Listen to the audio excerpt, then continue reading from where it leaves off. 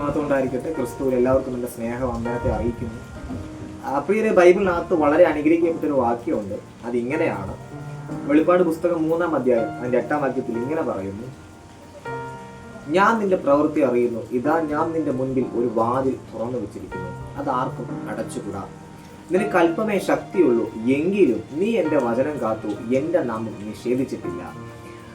പ്രിയരെ, നമ്മുടെ ജീവിതത്തിനകത്ത് പലപ്പോഴും മനുഷ്യരാൽ തുറക്കപ്പെട്ട വാതിലുകൾ പല സാഹചര്യങ്ങളിൽ അടയാറുണ്ട്.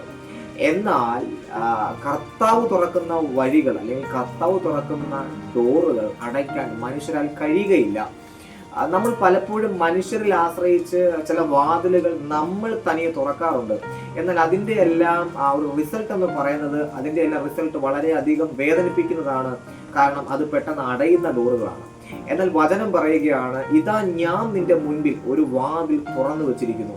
എന്നെ കേൾക്കുന്ന ദൈവമക്കളോട് അല്ലെങ്കിൽ കേൾക്കുന്ന സഹോദരി സഹോദരന്മാരോട് ഞാനൊരു ദൈവശബ്ദം കൈമാറുകയാണ്.